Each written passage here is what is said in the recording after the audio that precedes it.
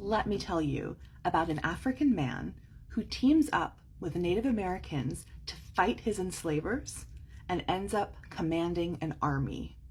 It happened here in Florida, and that man's name was Francisco Menendez. What you've got to know was that before Menendez was captured in the Gambia, he was a soldier of the Mandinga people, and they had an incredibly successful martial culture. Rather than work as a slave in South Carolina, he escaped and he joined a group of formerly enslaved Africans who had joined the Yamasee tribe, who were fighting the white settlers of the English colony of South Carolina, trying to drive them out of their homeland. So at the time, Florida was a Spanish colony. Spain's King Charles II was technically in charge, and he issued an order. Any enslaved person from the English colonies up north who could successfully escape and make it across the border to Spanish Florida and agree to convert to Catholicism would be given free citizen status and a gun to point at their former enslavers.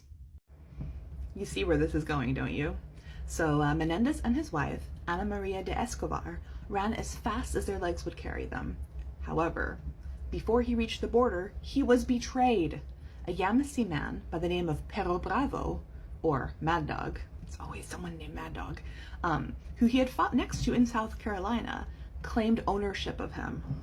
So when Mad Dog and Menendez and his wife got to Florida, the governor there purchases Menendez and then sold him to the royal accountant.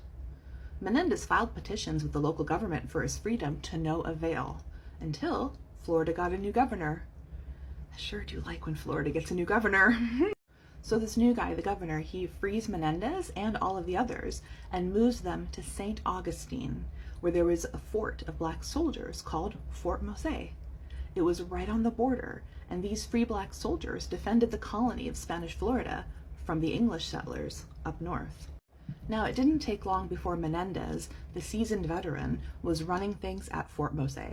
It's a good thing too, because in 1740, British Georgia attacks Spanish Florida, and Menendez is the first line of defense. Here is the petition that Menendez filed in 1740, requesting recognition and compensation from the Spanish king for his valor in fighting off the British invasion of Florida. The king did not write back. In 1763, Spain ceded Florida to the British at the end of the French and Indian War. Most of the free black people left for other Spanish colonies. They weren't about to be re-enslaved. Menendez moves across the Gulf to Spanish Cuba so he and his wife can raise their 4 children in peace. But then, 20 years later, Spain regains control of Florida. Now it's Spanish again, and many former Floridanos leave Cuba to come back. Not Menendez, though, but that's probably a story for another time. So if you're still here, I challenge you to think about this story as part of Florida's radical roots. Floridians, y'all have a lot of amazing history to be proud of.